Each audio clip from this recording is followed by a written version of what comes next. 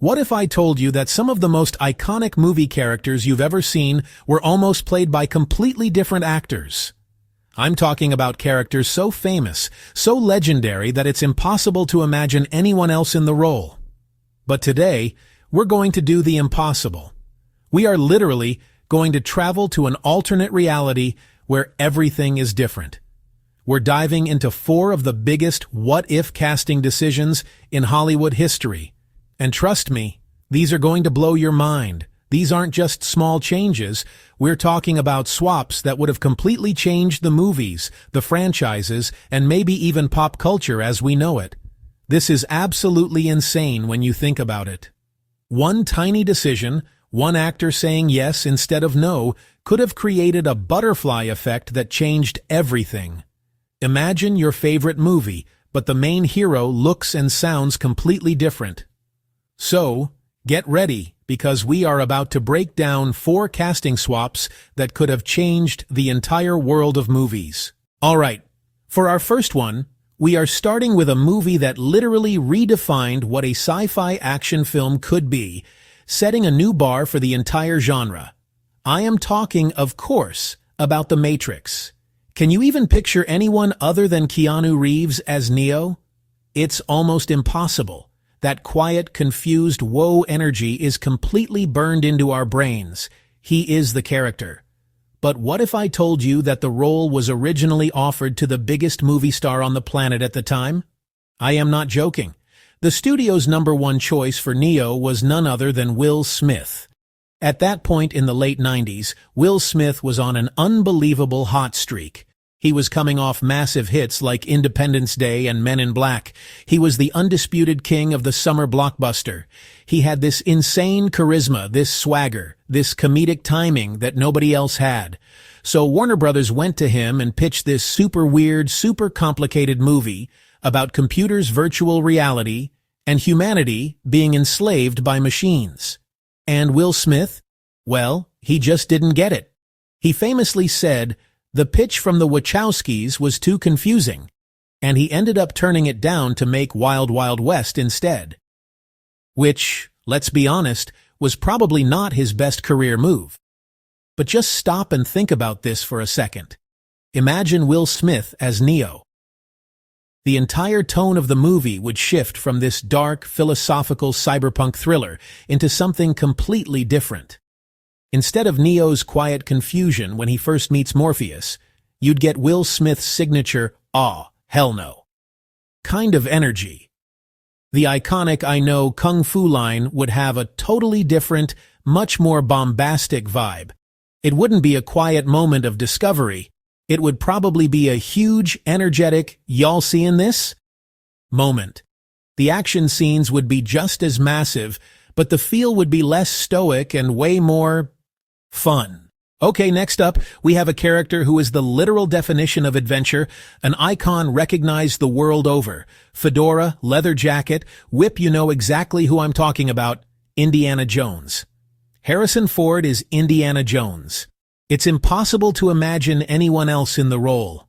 He's got that perfect blend of being a nerdy professor and a rugged, gets-his-hands-dirty action hero. But he wasn't the first choice. Not even close.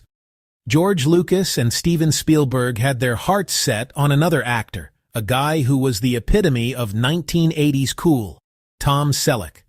Yes, you heard me right. The guy from Magnum P.I. with the legendary mustache and the Hawaiian shirt was originally cast as Indiana Jones. They did screen tests. He had the part. Everything was ready to go. He was going to be the guy punching Nazis, hunting for the Ark of the Covenant. I've seen the screen tests, and it's one of the most surreal things you'll ever watch. It all came down to a contract.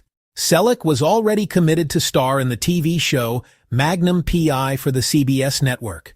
Spielberg and Lucas pleaded with the network to let him have a few weeks off to shoot the movie. But CBS refused. They were afraid it would delay production of their new show, so they wouldn't release him. He was contractually obligated, and he had to turn down the role of a lifetime. And here's the kicker. A writer's strike ended up delaying Magnum P.I. anyway, so he would have had time to shoot the movie after all. That has to be one of the most painful what-ifs for any actor, ever. Chapter 3.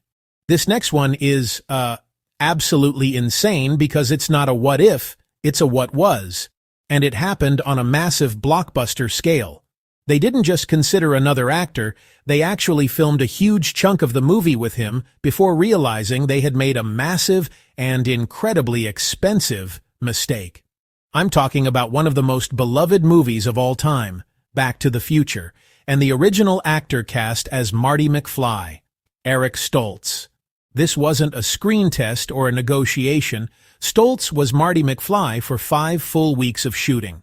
They were over a month into production, had spent millions of dollars, and had a significant portion of the movie already in the can, with Eric Stoltz in the lead role. Stoltz was a respected young actor at the time, known for more serious dramatic roles like in the movie Mask. He was a method actor, meaning he took his roles very, very seriously. And that right there was the beginning of the problem. He was playing Marty McFly not as a fun-loving, slightly panicked teenager, but as a tragic figure burdened by his family's failures. His performance was intense and brooding. Director Robert Zemeckis and writer Bob Gale started to get a horrible feeling in the pit of their stomachs. They would review the footage every day, and it just wasn't working. The jokes weren't landing. The energy was all wrong. The lightness and fun were completely missing. Stoltz was giving a good dramatic performance, but Back to the Future isn't a drama.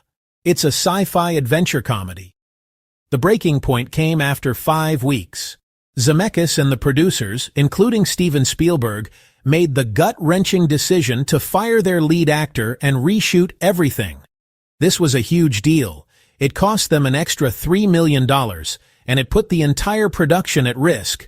They went back to their original first choice for the role, Michael J. Fox, who was starring on the hit sitcom Family Ties at the time. Michael J. Fox would rehearse and film Family Ties all day, and then he would be driven to the Back to the Future set and film all night, from about 6 p.m. to 2 a.m. He would get a few hours of sleep and then do it all over again. He did this for months. It was an absolutely brutal schedule, but he brought the exact energy the movie needed. He had the comedic timing, he had the charm, and the relatable every kid quality that made Marty McFly an icon. Chapter 4. For our final casting swap, we are heading to Middle-earth. The Lord of the Rings trilogy is one of the greatest cinematic achievements ever. The casting was perfect across the board. Ian McKellen as Gandalf, Elijah Wood as Frodo, and then there's Aragorn, the heir of Gondor. Viggo Mortensen embodies that character. He has a world-weary look, gravitas, physicality, but he was a last-minute replacement. The original Aragorn was Stuart Townsend. Townsend rehearsed and trained for 2 months on location. He was about 27. Viggo was in his early 40s. Jackson had pictured a younger, classic leading man. They tried Townsend in costume and panicked. Aragorn needed to feel ancient and authoritative, so they fired Townsend the day before his first scene. The studio scrambled. Peter Jackson made frantic calls. One name, Viggo Mortensen.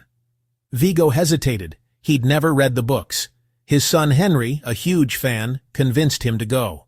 Viggo flew to New Zealand, learning lines on the plane.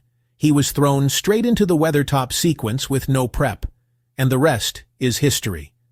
But what if Stuart had stayed? With Townsend, Aragorn and Arwen would have looked like a young couple. With Viggo, the age and weariness make their love poignant. Aragorn's authority and leader dynamic would shift with a younger actor. Would armies follow someone who looked 20-something? Outro. So there you have it. 4 casting choices that came incredibly close to happening and would have changed everything. It is absolutely mind-blowing to think about how different these iconic movies would be. A charismatic, joke-cracking Neo, a smooth, mustachioed Indiana Jones, a dark and serious Marty McFly, a young, fresh-faced King of Gondor. It really makes you appreciate how many things have to go exactly right to create a masterpiece. It's about finding that one perfect actor who can bring a character to life in a way no one else can. Which of these alternate casting choices do you wish had actually happened? Do you think any of these movies would have been better? Let me know in the comments below, and don't forget to subscribe, because we have so many more insane stories like this to share. You won't believe what we're diving into next.